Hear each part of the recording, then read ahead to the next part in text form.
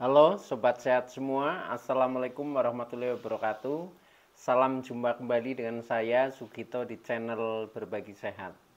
Channel edukasi dan motivasi seputar asam lambung, GERD, inisiatif psikosomatis berdasarkan pengalaman saya sebagai orang yang pernah menderita asam lambung, GERD, inisiatif psikosomatis dalam waktu yang cukup lama.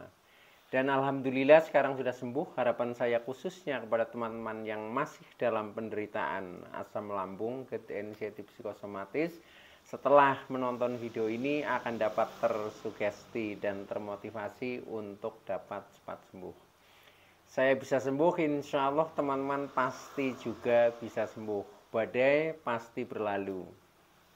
Baiklah teman-teman, pada kesempatan kali ini saya akan berbagi seputar asam lambung, GERD, inisiatif psikosomatis dengan topik ciri-ciri terkena asam lambung, GERD, inisiatif psikosomatis. Baiklah teman-teman, sebelum saya lanjutkan ya, tolong yang belum subscribe channel ini, klik subscribe dan loncengnya supaya teman-teman tidak ketinggalan konten video-video berikutnya. Dan jika suka, klik like, selalu bagikan ke sosial media teman-teman. Semoga bermanfaat buat kita semua. Baiklah, kita lanjutkan. Jadi topik kita kali ini adalah ciri-ciri terkena asam lambung, GERD, inisiatif psikosomatis. Teman-teman semua, penderitaan asam lambung, GERD, inisiatif psikosomatis yang melibatkan penderitaan secara fisik maupun secara psikis, ini memang kadang terasa membingungkan ya. Terasa membingungkan sehingga semakin kita bingung, nah ini juga menjadi semakin kacau ya. Nah, oleh karena itu kita harus mengenali ciri-cirinya. Ini berdasarkan pengalaman saya juga, awalnya saya juga sempat bingung juga ya, saya ini terkena penyakit apa ya, rasanya kok seperti ini ya. Nah, apalagi setelah kita mencoba berobat ke dokter, misalkan juga setelah dicek secara medis kondisi tubuhnya dinyatakan baik-baik saja, sehat, tetapi rasanya luar biasa. Ini juga makin bingung lagi seperti itu. Nah, oleh karena itu saya ingin sharing kepada teman-teman ya untuk mengenali ciri-cirinya ya, sehingga dengan kita mengenali ciri-cirinya akhirnya kita mudah untuk menyimpulkan bahwa oh ini saya terkena asam lambung, GERD, inisiatif psikosomatis. Nah, setelah itu maka kita tidak lagi bingung dan tidak lagi mencari-cari penyakit apa itu, tetapi fokus kepada solusinya, kepada bagaimana kita akan mudah terlepas dari penderitaan asam lambung, GERD, inisiatif psikosomatis. Sehingga dengan mengenali ciri-cirinya, maka proses penyembuhan ini jauh menjadi lebih efektif ya, karena kita sudah fokus kepada satu jenis gangguan dan kita fokus kepada bagaimana caranya keluar dari jeratan penderitaan asam lambung, GERD, inisiatif psikosomatis. Begitu teman-teman ya. Nah, ini teman-teman ya, ciri-cirinya saya ceritakan dari awal ya. Dari awal itu ada rasa-rasa yang sepertinya kita sendiri kadang membuat bingung juga. Jadi kalau saya rasakan seperti ini, posisinya di tengah-tengah ya, rasanya tubuh ini tidak fit ya. Tubuh ini tidak fit ya, tetapi sakit juga tidak ya, dikatakan sakit juga tidak ya, tetapi dikatakan sehat juga tidak gitu. Jadi nanggung ya di tengah-tengah itu. Dikatakan sakit karena memang dikatakan tidak sakit ya, karena yaitu rasanya masih bisa beraktivitas, bisa bertahan seperti kita juga normal-normal saja gitu. Tetapi ada rasa-rasa yang tidak nyaman itu. Sehingga kita untuk mengatakan diri kita sehat itu juga tidak bisa gitu. Karena ada rasa-rasa yang sepertinya ya tidak nyaman di tubuh itu, seperti itu. Itu yang pertama begitu. Nah, kemudian yang berikutnya ya, ini mulai dari ciri-ciri yang ada di seputar lambung ya, seputar perut ini. Perut sering merasa penuh ya, merasa penuh walaupun ini makan hanya sedikit ya, makan sedikit tapi rasanya kok sudah kenyang, rasanya sudah penuh seperti itu. Sehingga setiap kali makan ini tidak bisa dengan porsi yang normal banyak, itu seperti itu. Karena kalau ditambah lagi porsinya menjadi banyak, wah ini rasanya menjadi tambah lebih penuh lagi. Nah setelah itu meningkat ya, makan tidak makan kadang perut ini merasa kembung ya, merasa kembung, kemudian merasa begah, terus kadang ada semacam perih ya, kadang sembelit. Nah itu seperti itu. Kemudian kadang kita mau BAB juga kurang lancar, kemudian eh, sendawa juga agak jarang, sehingga pokoknya menjadi perut ini rasanya penuh gitu. Nah itu yang saya alami seperti itu ya, di awal-awal seperti itu. Nah setelah seperti itu berlangsung agak lama, ini ciri yang berikutnya ya, terutama yang di seputar dada ya. Nah itu kemudian meningkat ya, menjadi ada rasa-rasa dada ini sering terasa panas ya, dada terasa berdebar-debar, eh, kemudian ada sakit yang berpindah-pindah ya, berpindah-pindah, kadang di sini ya, kadang di sini, terus kadang di punggung seperti itu ya. Nah kemudian setelah itu makin meningkat lagi ya, meningkat lagi itu ada rasa yang bahkan seperti tertusuk ya, tertusuk di dada dari depan sampai ke belakang, itu juga ada. Kemudian meningkat lagi sampai dengan nafas itu sering ini agak sesak ya, kemudian agak pendek ya, agak pendek. Nah itu klimaknya sampai dengan terjadi panic attack ya. Nah panic attack ini lebih dahsyat lagi ya, tetapi sensasinya ya di seputar dada ya, seputar dada sampai ke perut ini jadi tegang ya, tegang yang pertama, kemudian nafas pendek, terengah-engah, pokoknya seperti terkena serangan jantung ya. Nah seperti itu.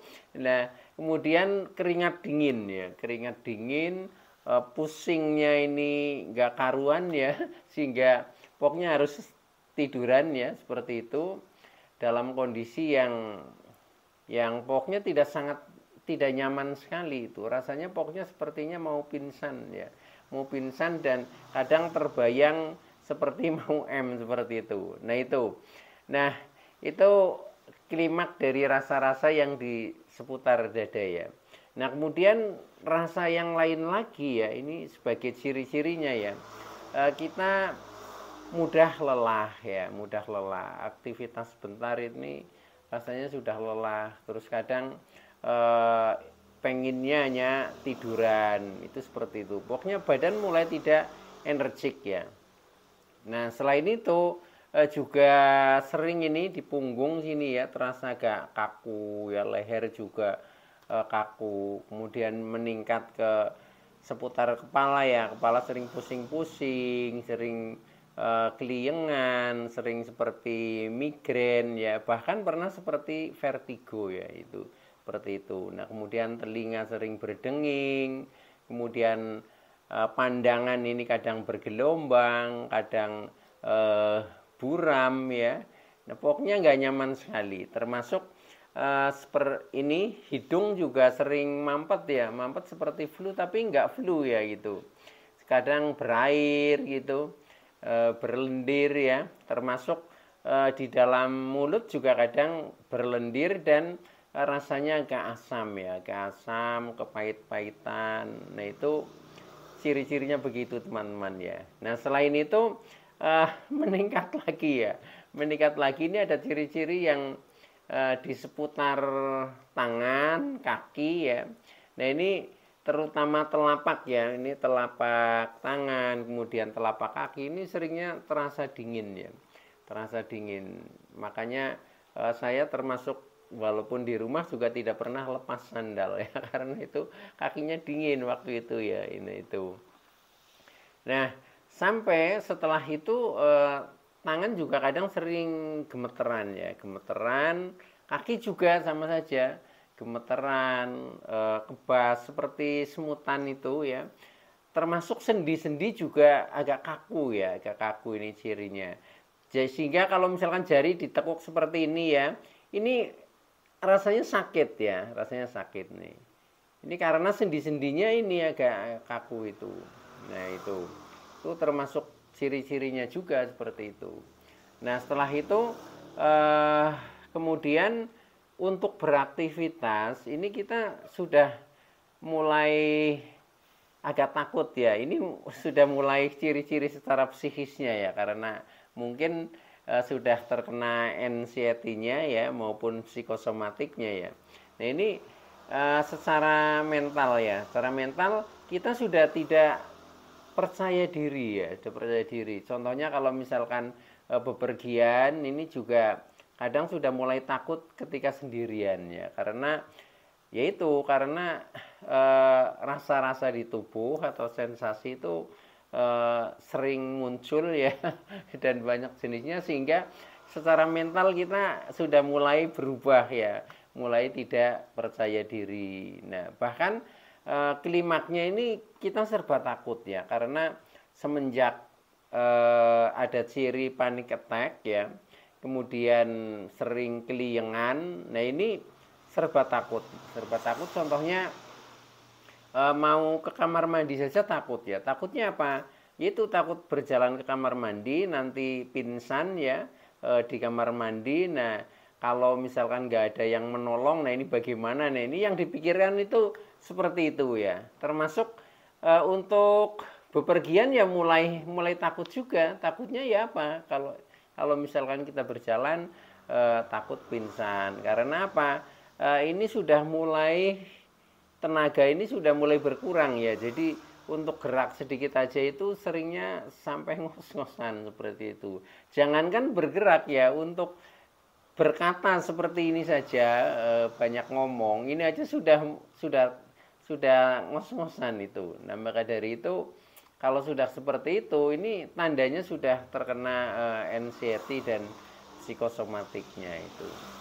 Nah, kemudian secara mental juga ya, ini kita selain penuh dengan rasa cemas, rasa khawatir, rasa takut, rasa was-was, kemudian tidak percaya diri, secara emosional ini emosionalnya sering meningkat ya, jadi mudah marah-marah gitu ya. Sebenarnya marah-marah sebagai pelampiasan karena banyak rasa-rasa yang ditanggung itu, sehingga setelah saya pikir-pikir ke sini ya sebenarnya wajar sih seperti itu ya.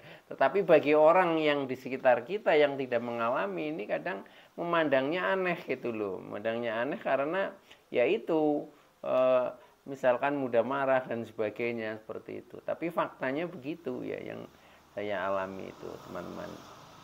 Nah, setelah itu kemudian makin memuncak secara psikisnya, yaitu dengan serba ketakutan, serba cemas, serba khawatir, serba was-was. Nah kemudian psikosomatiknya ini, apa yang dipikirkan ini direspon oleh tubuh ini makin sensitif ya, makin sensitif. Contohnya itu ketika kita mendengar kabar duka misalkan, nah ini sudah langsung jadi tubuh meresponnya itu langsung lemas ya, langsung lemas, gemeteran, pokoknya tidak berdaya itu.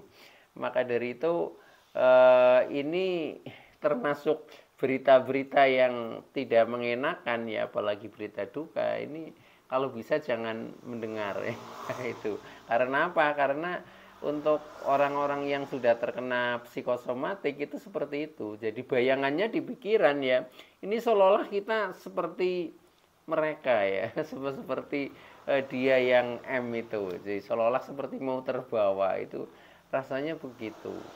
Nah ketika sudah seperti itu maka ini memang harus kita sadari ya, kita sadari.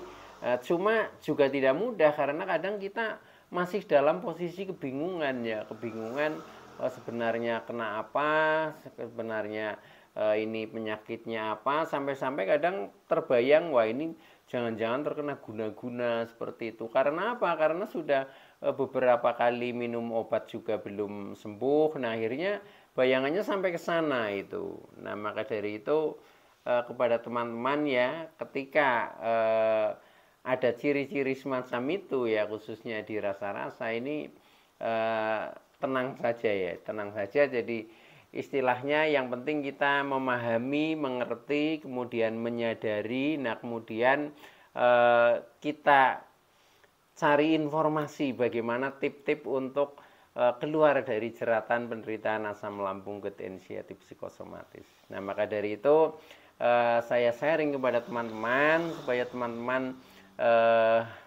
bisa ya bisa cepat-cepat keluar dari penderitaan asam lambung gerd inisiatif psikosomatis, khususnya yang masih merasakan ya, aku masih merasakan penderitaan asam lambung gerd inisiatif psikosomatis. Dan insya Allah ketika teman-teman mengikuti video saya ya, ini saya sharingkan mulai dari awal saya terkena ya, kemudian sensasi-sensasi yang kita rasakan, kemudian tip-tipnya seperti apa. Nah, itu insya Allah bisa cukup membantu ya, karena pengalaman apa yang saya sampaikan ini adalah betul-betul yang saya alami ya, yang dan akhirnya sedikit-sedikit menjadi cepat bangkit ya. Nah, akhirnya saya sampai dengan sembuh total begitu teman-teman. Oke, kiranya itu dulu ya yang bisa saya sampaikan. Kurang lebihnya mohon maaf. Mudah-mudahan teman-teman yang masih dalam penderitaan asam lambung gerd inisiatif psikosomatis akan segera sembuh. Terima kasih atas like, subscribe, serta komennya. Saya Sugito dari channel Berbagi Sehat. Oke, terima kasih. Wassalamualaikum warahmatullahi wabarakatuh.